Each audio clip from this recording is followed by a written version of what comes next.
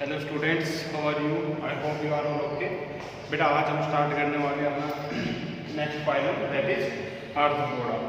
ठीक है बेटा, आर्थ्रोपोडा के अंदर सबसे पहली बात तो इसके अंदर इंसेक्ट आएंगे, दैट इज सेगमेंटेड या फिर थोड़े एडवांस किससे, एनालिडा से। सेगमेंटेड होते हैं जो एनालिडा में स्टार्ट हुए हैं, ठीक है, इनके अंदर सेगमेंट्स होते हैं। दूसरी बात, इनके अंदर जॉइंट्स आ जाते हैं। जॉइंट्स आने का मतलब क्या है कि ये इनके अंदर इंसेक्ट होंगे और बॉडी पार्ट अलग अलग होंगे। ठीक है, बॉडी पार्ट अलग होने से क्या होगा, ये एक लार्ज नंबर ऑफ क्लासिफिकेशन में बटे हुए हैं। ठीक है, ये सबसे बड़ा फाइलम है क्या, आर्थ्रोपोडा। इसके अंदर जो स्पीसीज है वो बहुत ही लार्ज नंबर में प्रेजेंट है। तो सबसे लार्जेस्ट,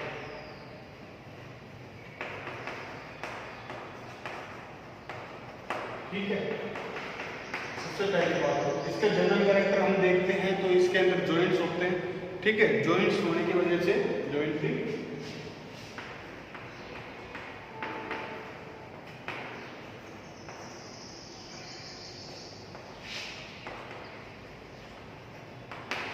जो तीसरी बात इसके लिए ट्रिप्लोब्लास्टिक होते हैं। इनकी जो सिमेट्री होती है वो बाइलेटरल होती है।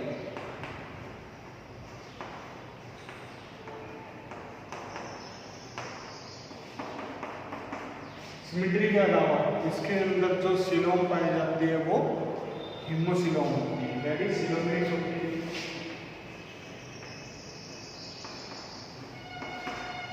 ठीक है, हिमोसिलोमेट होने के बाद इसके अंदर सबसे बड़ी बात जो एक्सोस्केलेटन है, जो बाहर का जो स्केलेटन है, दैट इज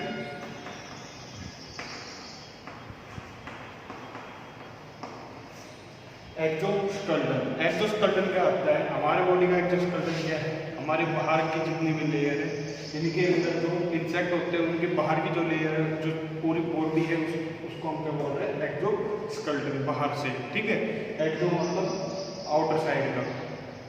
स्केलेटन, हमारी बॉडी के अंदर स्केलेटन सिस्टम है, हम बोन्स को बोलते हैं। इसके अंदर आउटर लेयर जितनी भी होगी उसको एक्सोस्केलेटन सिस्टम बोलेंगे। किससे ढका हुआ होगा, क्या एक्सोस्केलेटन किससे बना है,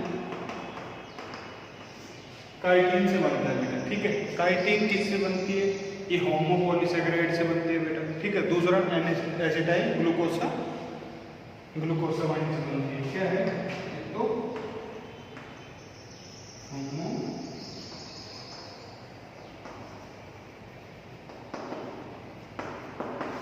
होमोपॉलीसेकेराइड, दूसरा एसिटाइल ग्लूकोसामाइन।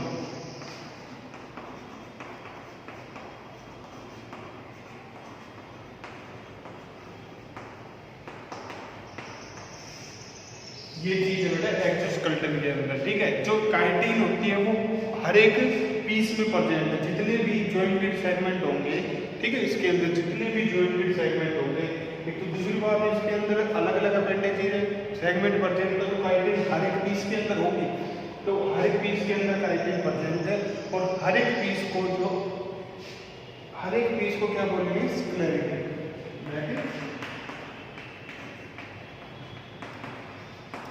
हर एक पीस क्या कहलाएगा, स्क्लेरिटी। जो स्क्लेरिटी है एक पीस, उसकी upper layer that is sternum, lower layer क्या है, sternum, and middle layer is pleural layer. ठीक है, ये स्क्लेरिटी पीस को बोलते हैं। कोई भी पीस है जो जॉइंटेड अपेंडिक्स का आर्थ्रोपोडा इंसेक्ट के अंदर, उसको हम क्या बोलते हैं, स्क्लेरिटी। ठीक है, उसके बाद आता है इसके अंदर first one two have voluntary organs. मतलब क्या है, वॉलेंट्री ऑर्गन जो हम अपनी मर्जी से मूव कर सके, उनकी मूवमेंट करवा सके। ठीक है, तो ये फर्स्ट होते हैं जिनके अंदर वॉलेंट्री ऑर्गन पाए जाते हैं। क्या है,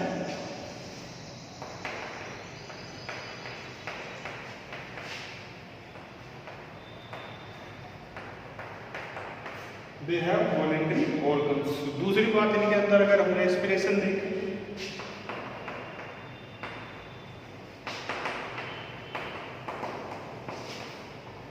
रेस्पिरेशन के अंदर ट्रेकिया सिस्टम भी होता है। हमारे अंदर लंग्स है, लंग्स किससे जुड़े हुए, ट्रेकिया से जुड़े हुए।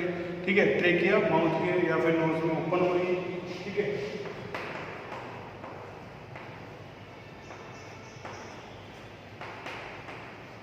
दूसरी बात,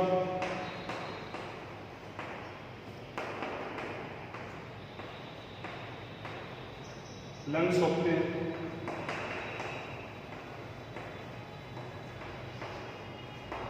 बुक लंग्स होते हैं,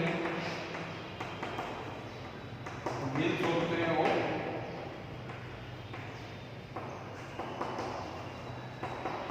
ये चीजें बेटा इसके अंदर रेस्पिरेशन सिस्टम में पाई जाती है। That is radial system, lungs, book lungs, book gills और गिल्स। जो बुक लंग्स होते हैं ये बेटा स्कॉर्पियन में पाए जाते हैं। These are found in scorpion. While the book gills are present in pink colour. They respirate from book gills and they respirate from book lungs. ठीक है, इसके अंदर से जो मेन एग्जांपल बेटा कॉकरोच को पढ़ा जाता है। ठीक है, उसके जो बॉडी पार्ट्स हैं वो हेड, फेरेंजियल रीजन और स्टमक रीजन, इन सब में बटा हुआ है। लास्ट में टेल रीजन आता है। ठीक है, उसके बाद इसके अंदर रेस्पिरेटरी के बाद रिप्रोडक्टिव सिस्टम आता है, एक्सक्रीटरी सिस्टम आता है, then मोनोटेलिक,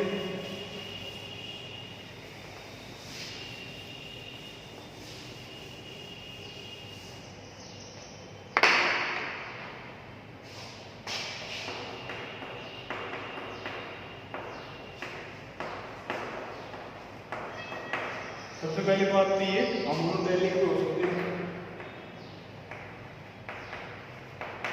and uric depend on the nature of their residence या फिर हैबिटेट। अमोनोटेलिक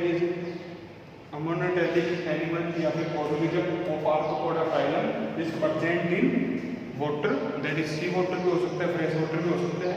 और uricotelic that is uric acid release करेंगे अपने एक्सक्रीटरी प्रोडक्ट की तरह। तो किस में प्रेजेंट होते हैं? यूरिको में ये टेरेस्ट्रियल पर प्रेजेंट होंगे। ठीक है, इनके अंदर जो रिप्रोडक्टिव सिस्टम होता है वो बेटा सेपरेट सेक्सेस होते हैं। इसके अंदर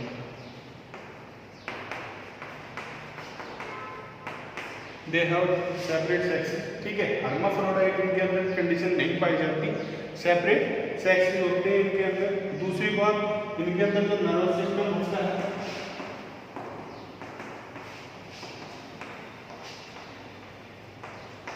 CNS एंड PNS आपको पता होगा, that is central nervous system and peripheral nervous system, both are present in arthropoda phylum. ये नर्व्स होती हैं जो पूरे सिस्टम को कंट्रोल करके रखती है। जो भी मैसेज होंगे वो किससे जाएंगे? सेंट्रल नर्वस सिस्टम से और पेरिफेरल नर्वस सिस्टम से। ठीक है, ये इनके अंदर जो डेवलपमेंट होता है वो डायरेक्ट भी हो सकता है,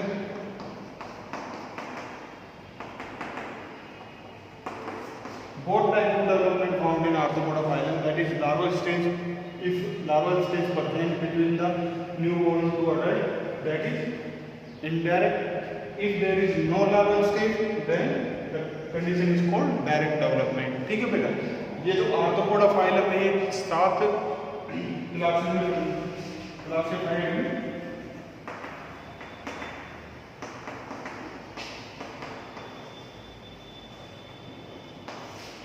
These are classified in 7 classes, that is Orchipoda, ठीक है, Orchipoda। दूसरे पर आर्कनीडा आती है, क्रस्टेशिया, इंसेक्टा, डिप्लोपोडा और मिजोस्टोमेटा एंड चिलोपोडा। ये बेटा मैं आपको एज PDF भेज चुका हूँ। ठीक है, ये आर्थ्रोपोडा फाइलम था जिसके जनरल कैरेक्टर हमने पढ़े हैं। इसके क्लासिफिकेशन में इसकी क्लासेज आती है।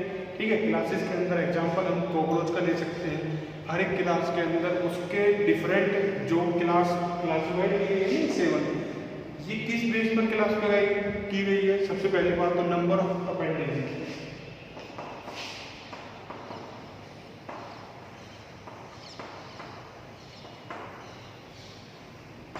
ठीक है, सबसे पहला बेसिस तो ये था इनको क्लासिफाई करने का। दूसरी बात, जो एक्सक्रीटरी प्रोडक्ट है,